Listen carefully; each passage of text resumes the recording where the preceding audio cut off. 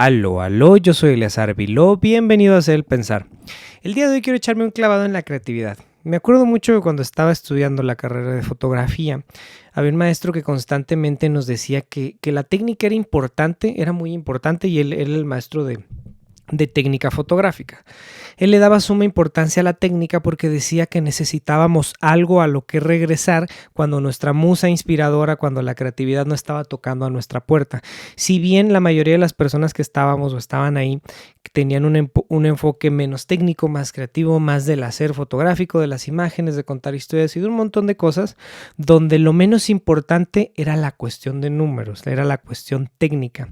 Pero la técnica y el estudio de cómo se tomaban las fotografías, ¿por qué? Porque la geometría de la imagen, el lenguaje de la imagen, etcétera, etcétera, todas esas cuestiones a mí me parecen muy interesantes, pero para muchos de los compañeros eran terriblemente aburridas y terriblemente obligatorias para sacar la asignatura. Eran importantes para que tuviéramos a dónde regresar. Si nosotros no tenemos una técnica adecuada, aunque nos dediquemos a un entorno artístico, a un entorno creativo, difícilmente vamos a poder vivir solo de nuestra creatividad. A todos nos interesa la creatividad, pero no siempre va a estar ahí disponible. Y bueno, quiero que la reflexión de hoy vaya por ahí de cómo procurar que esté disponible. Entonces, empezando por este lugar que nos mencionaba el maestro, que nos mencionaba mi maestro, yo se la compro. Había muchos compañeros que no estaban de acuerdo, luego nosotros lo discutíamos y pues se armaban ahí unas tertulias, por decirlo de alguna manera. Pero pues sí, justo los alumnos de ese maestro que más lo criticaban y que más no estaban de acuerdo con él, eran los que de pronto no lograban cumplir con la cuota semanal, mensual o de la asignatura de las fotografías, los que el proyecto se les caía por una u otra razón. Es decir, este miedo, esta rebelión, el no querer ajustarse a las normas, etcétera, etcétera, terminaba por ser una falta de rigor, una falta de, por lo menos de un deadline. A lo mejor son mejores fotógrafos que yo, son peores, son lo que tú quieras, pero por lo menos no llegaban a fin de mes con las fotos que tenían que llegar. Y muchos de ellos, de los que más se quejaban, y yo te voy a decir entre comillas, he observado sus carreras, pues sus carreras ya no existen, se dedican a otra cosa o le tuvieron que dar giros a lo que hacían porque ese rigor ya no existió en ellos. Y esto es algo muy importante.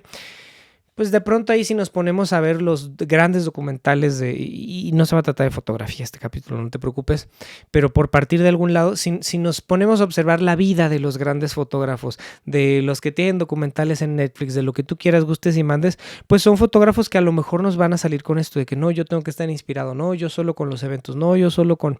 Y un montón de por qué es sí lo que ellos están haciendo es adecuado o por qué tu postura es la adecuada. Si tú quieres defender tu postura, vas a encontrar argumentos a favor en una de esas estudios de universidades gringas o de primer mundo que estén justificando una manera de pensar, que estén justificando una postura. Y eso no necesariamente nos hace personas que estamos abiertos al diálogo, simplemente estamos encontrando la manera de imponernos, la manera de tener la razón.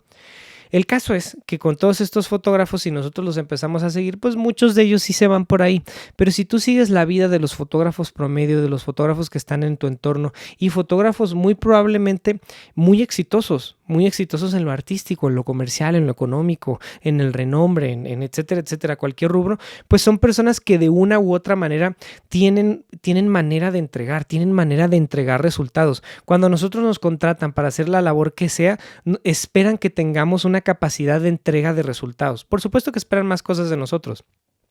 Esperan, no sé, que lleguemos a tiempo, esperan cierta calidad de trabajo y etcétera, pero esperan que nosotros tengamos la capacidad de comprometernos y de salir avantes con ciertas labores. Entonces las personas que son muy exitosas en cualquier rubro, en este caso personas creativas, un fotógrafo, un diseñador, un lo que quieras, personas que están más a la mano de pronto, pues son personas que tienen la capacidad de hacer esas entregas, son personas que no van a poner un pretexto, que no se les descompone la computadora cada rato, personas que la musa, si bien es importante, es mejor que los agarre trabajando. Eso es algo que yo le escuché a Javier Velasco. Pues la creatividad está padrísima cuando te estás dedicando al escribir, pero si la musa te llega, si la creatividad te llega, es mejor que te agarre trabajando. Si tú estás constantemente haciendo algo, en el caso de Javier Velasco, escribiendo, dándole vueltas a una idea una y otra vez, en el estudio, con la lucha, con la página en blanco, es más fácil que te encuentres con las ideas, es más fácil que te encuentres si ya estás viviendo ese camino, si estás andando esos pasos, si la creatividad llega, pues de pronto escribes escribes un muy buen capítulo de tu libro. Pero si la creatividad te llega acostado en la cama, si la creatividad te llega con los cuates en la cantina, si la creatividad te llega en un sitio donde no deberías de estar en ese momento, pues a lo mejor vas a decir el chiste de la noche, pero tu novela, tu libro, tu lo que sea, no se va a ver afectado de manera positiva por eso que cayó en ese momento, por la musa por la musa que llegó hacia ti. Esto de esperar a la musa me parece, vaya, muy fortuito, me parece muy dejar las cosas al azar. Y eso va a ser, por supuesto que en la historia de la humanidad encontraremos un montón de casos de personas que justificarán esto, pero pues no serán la realidad de la mayoría. Si nosotros queremos condicionar nuestra carrera a que la musa nos llegue, a que la inspiración nos llegue, va a ser muy difícil que salgamos adelante. No digo que no se pueda, pero nuestras posibilidades se reducen de una manera escandalosa. Ahora, acercándonos un poco a los bloqueos creativos, ahorita concretamente caeremos en en esa división. A mí me parece que la creatividad es un hacer. La creatividad es una práctica y más allá de la amplitud de su definición, nosotros como seres creativos, y de hecho tiene mucho que ver con el título de este podcast, hacer el pensar, porque pensar es algo que se tiene que hacer, tiene que ser un verbo, tiene que ser algo que sucede.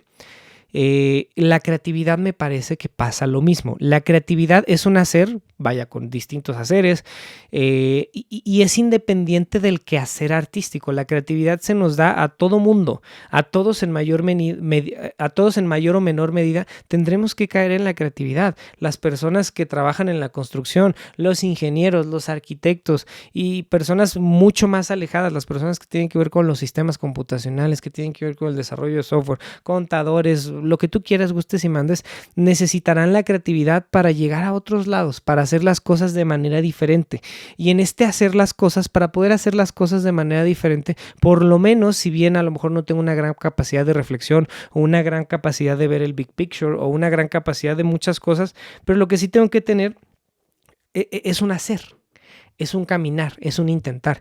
Y en todo esto, si yo me dedico al fútbol, si yo soy futbolista, pues tengo que estarle dando vueltas a las cosas que estoy haciendo para poder tener nuevas conexiones, y esas nuevas conexiones se verán traducidas en nuevas jugadas, en jugadas que a lo mejor no se han hecho. En combinaciones que no se han hecho, en juegos con la pelota que no se han hecho, y así para todas las profesiones.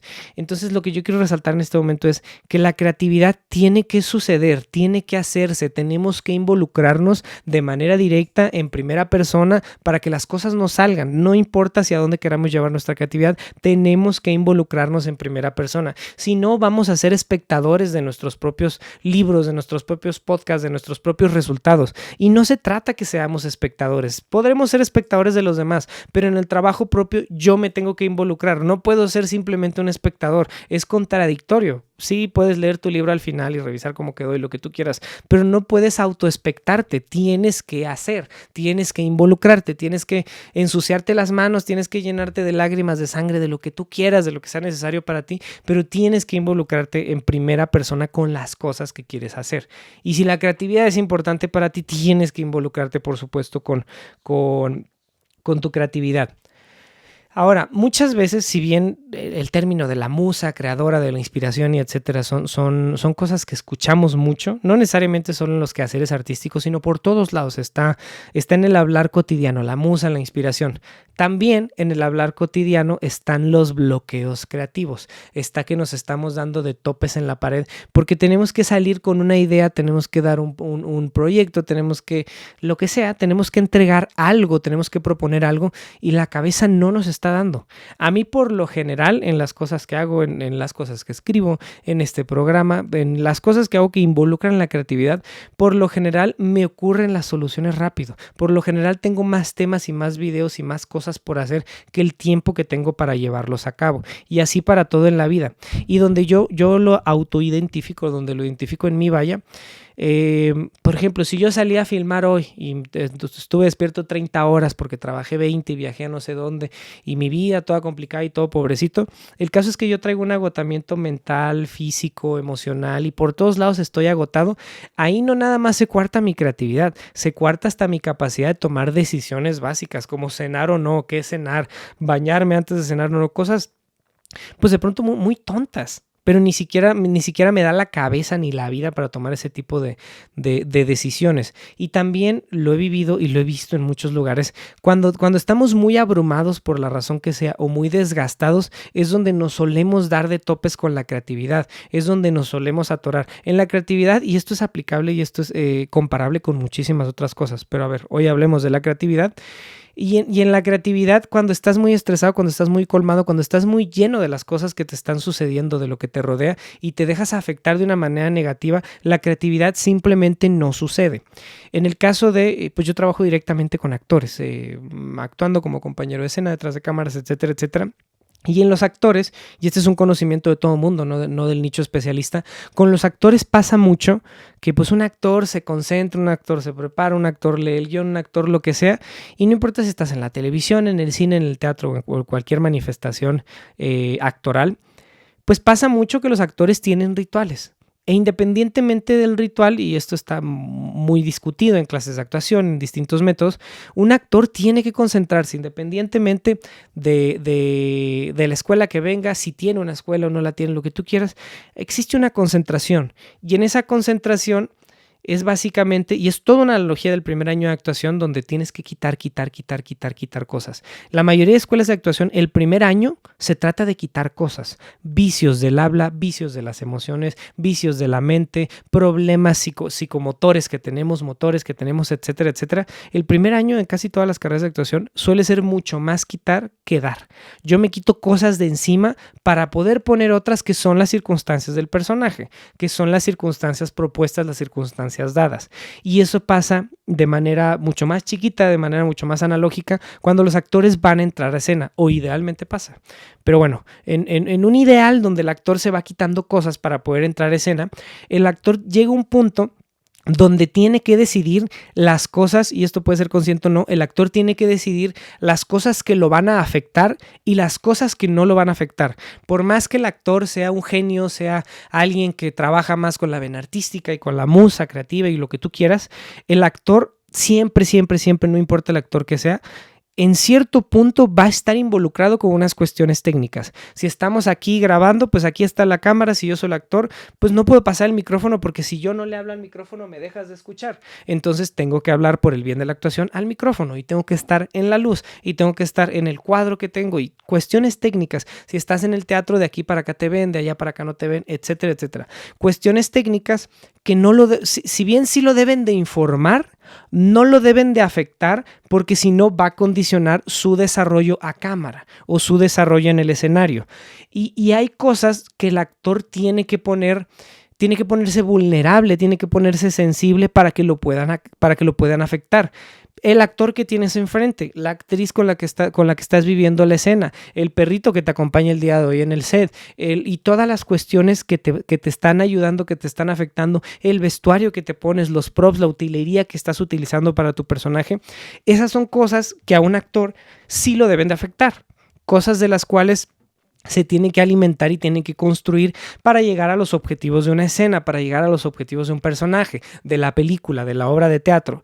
Y a nosotros como seres creativos, no importa que no seamos actores, podemos ser los contadores, los ingenieros, los etcétera, etcétera. Imagínate un contador. Está en su despacho y un contador tiene ciertas labores propias de la contabilidad, cosas que tiene que hacer, que tiene que entregar un balance general, que tiene que revisar los impuestos de alguien, que tiene que revisar los gastos de una empresa, lo que tenga que hacer en el día a día. Tendrá que dejarse afectar por unas circunstancias sí y por otras circunstancias no. Al contador no debería afectarle cuántos focos hay en el techo, o no debería afectarle lo que está pasando afuera de la calle, o cuestiones que lo puedan distraer de su labor y hagan que su labor, su porcentaje de acierto, su capacidad, su rendimiento, lo que tú quieras, se vea mermado por afectarse en esas circunstancias. Ahora bien, con todo esto, a lo que me quiero ir dirigiendo es que la creatividad muchas veces, si caemos en los bloqueos creativos, se nos condiciona la creatividad porque estamos demasiado llenos de cosas que no deberían afectarnos. Y si caemos y usamos los clichés y los estereotipos, todo el mundo va a decir, cuando el artista llegó a una solución, esto pueden ser las bellas artes, pueden ser la pintura, pero cuando el estereotipo de artista está cayendo con una gran solución, con una gran respuesta, con un pensar fuera de la caja, esta persona pensaría, pues no, pues este se echó unos whiskies antes de pintar, o se fumó quién sabe qué, o hizo quién sabe qué. Cuando de manera inconsciente sabemos perfectamente a qué nos referimos, pero en el no hacer una reflexión, no llegamos a las conclusiones. Explícame. Inconscientemente nos damos cuenta que el echarse el whisky y el fumarse no sé qué tiene que ver con un estereotipo de cómo la sociedad se relaja, cómo la sociedad se anestesia, se quita de los problemas, acabó su semana laboral y se echa unas cervezas o lo que tú quieras. Estamos cayendo en un momento de relajación, estamos pensando que la persona entró en una relajación extrema de pronto, pero inconscientemente sí sabemos eso, sabemos que necesitamos la relajación, la paz, la calma o cosas de pronto medio idílicas para poder caer en la creatividad, para que nuestra creatividad no se vea afectada por otro tipo de cosas, no se vea afectada por factores externos. Si tú logras fluir en lo que estás haciendo, comúnmente es porque estás encontrando la paz, porque no estás buscando la paz que te dará la creatividad, que te dará la solución al problema. Simplemente estás fluyendo, simplemente estás existiendo, te dejas afectar por las cosas que te alimentan. Si estás escribiendo, pues de pronto será bueno dejarse afectar por algunos libros, o será bueno dejarse afectar por la caminata en el parque, por la sonrisa del niño, por no sé, por un montón de cosas que podrían ser buenas para el libro que estamos escribiendo, para el problema que estamos intentando solucionar. Y en esto de la creatividad, bueno, ahí creo ya más o menos tratamos los bloqueos creativos, pero en la creatividad también hay una onda, y yo lo vivo muchísimo en las filmaciones, lo vivo muchísimo en el teatro, donde nos nefastea mucho el no tener una idea nueva, el no encontrar el hilo negro, el no encontrar el más allá que todo mundo ha encontrado. Y me parece que en eso nos perdemos de muchas cosas, de muchísimas. Y en esto sí me quiero meter un poquito más en lo artístico. Pues hay un día que alguien nos dijo que nosotros decidimos que vamos a ser teatreros, que vamos a ser cineastas, que vamos a ser escritores, que vamos a hacer lo que sea. Y en este tipo de profesiones pasa muchísimo que queremos ser el genio, queremos ser la genio, queremos ser los que van a cambiar esta generación, queremos hasta ser los incomprendidos de nuestra generación, de los chingones que somos. Y está padrísimo y está muy bonito, está increíble que todos queramos ser grandes directores, grandes actores o grandes lo que sea. Me parece que de pronto no hay otra manera de hacer las cosas, pero partiendo de algún lado, si nosotros caímos aquí que idealmente es un oficio tan noble o que potencialmente puede ser un oficio tan noble, tendríamos que ponernos al servicio del oficio, tendríamos que ponernos al servicio de nuestros haceres siendo buenos oficiantes de entrada. Olvídate de ser competente o de ser muy bueno, mucho más olvídate de ser genio, pero el simple hecho de ser competentes, de tener un vivir digno en lo que estamos haciendo como oficiantes, eso ya nos pone en otra situación, ya nos da cierta dignidad de cargo, sin la necesidad de ser los grandes genios, porque el peso de ser un gran genio, para los que lo son, es pesado, es bastante pesado ser un genio en tu profesión. Y para todos los que piensan que son genios y que no son genios en su profesión, es todavía más pesado porque ni tienen las habilidades del genio, pero tienen todos los problemas del genio y tienen toda la estupidez del que se cree genio y todos los problemas que eso acarrea. Así que yo siento que es algo que no vale la pena, aún así lo seas, olvídate de si no lo eres. Y en todo esto, a donde quiero ir dirigiéndome, a donde quiero llegar es, tenemos que llenarnos de cosas, tenemos que, yo quiero ser bailarín y el ballet me sirve, a ver cómo están tus demi-pliés o cualquier cosa que estemos haciendo, tenemos que hacerlo, tenemos que vivirlo, tenemos que experimentarlo y en este caminar nos iremos dando cuenta que va a ser muy difícil que nosotros realmente seamos inventores de algo en lo que estamos haciendo. Esta onda de los grandes inventos de pronto son cuestiones mucho más fortuitas. Es muy bonito que todos sean investigadores, que todos los investigadores sean practicantes y todos los practicantes sean investigadores. A mí me parecería el ideal de estas cosas. Y un día el que se tope con algo, pues que escriba el libro, que haga el artículo, que haga la publicación, que haga la conferencia, etcétera, etcétera. Pero este hacer, este investigar, este vivir, lo que sí nos va a terminar dando en el teatro, en el cine, en la ingeniería o en donde sea, es darnos cuenta que simplemente las ideas que pasan a través de nosotros, en el mejor de los casos, estaremos uniendo los puntos, estaremos uniendo cosas que otras personas hicieron. Y muchas veces son cosas que están fuera de nuestro hacer. Muchas veces veces es juntar el teatro con la física cuántica, muchas veces es traer al cine la danza, muchas veces es llevar la pintura a la danza, y etcétera, etcétera. Habrá lugares que comprendamos mejor que personas que se dedican a lo que nosotros, y que no necesariamente nosotros seremos mejores oficiantes que esas personas, pero nuestra capacidad de unir los puntos y de presentarlo a la comunidad, eso le va a ser de entrada de utilidad a la comunidad, y en una de esas de utilidad a tu vida personal, a tu vida financiera, a tu ego, a que te den los premios, a que te den el reconocimiento, a todas estas cuestiones que muchas veces estamos buscando, o que en muchos momentos de la vida estamos buscando: el reconocimiento, el satisfacer el ego en cualquiera de las manifestaciones que veamos. E independientemente de eso, el subrayar y el entender que nuestra capacidad de unir los puntos nos llevará a otro lugar y nos hará mejores oficiantes en la contabilidad o en donde sea, nos pondrá a otro nivel, versus los contadores del mismo despacho en el que estamos. Y si bien en un mundo de Atlantes utópico, idealista, etcétera, etcétera, no deberíamos estar compitiendo ni peleando entre nosotros, pues es algo que se da en la vida cotidiana. Inevitablemente, si yo aplico a un empleo, a un proyecto, y hay otro igual que yo, pues alguien va a ganar esa competencia. Por más proyectos, por más buena onda, por más alto, por más joven, por más contactos, por más lo que sea, pero alguien terminará ganando esa competencia. Y en un primer momento evolutivo y de desarrollo de conciencia, eso me parece que está correcto, está bien y no pasa nada. Implicará por sí mismo condiciones y circunstancias que nos darán puerta, que nos darán la oportunidad de mejorarnos, de vernos al espejo, de reflexionarnos el por qué no me dieron este trabajo, enfrentarnos con la hoja en blanco, con el mes sin proyectos, etcétera, etcétera. Así que encontrar el unir los puntos y el deshacer los bloqueos creativos, pues ya cerrando este capítulo, el encontrar la paz, el encontrar la calma nos va a ayudar muchísimo a fluir en las cosas que estamos haciendo. El dejarnos afectar por lo que nos rodea nos va a dar una dimensión mucho más profunda y diferente a lo que estamos viviendo. Y se me ocurrió hablar de esto porque no se me ocurrió, porque yo estaba, cosa rara, estaba medio al día con los capítulos que estaba haciendo. Este lo grabo 2 días antes de que salga. Estaba al día con esta circunstancia y están pasando muchas cosas positivas, pero que me ocupan emocional y mentalmente y en tiempos y en lo que tú quieras de una manera abrupta, escandalosa. Entonces, al siempre estar una parte de mi cabeza y de mis emociones pensando en soluciones para estas otras cosas, se me complicó esto. Y mi esposa me dijo: ¿y por qué no hablas de bloqueos creativos ahorita que estás teniendo uno? Y me quedé, bueno, yo creo que los bloqueos creativos no va por un capítulo, pero la creatividad sí. Los bloqueos creativos pueden ser un momento, un subtema de esto. Y a veces la solución a los problemas que tenemos es tan claro como mi esposa, que me dijo: ¿por qué no hablas de esto? Así directamente.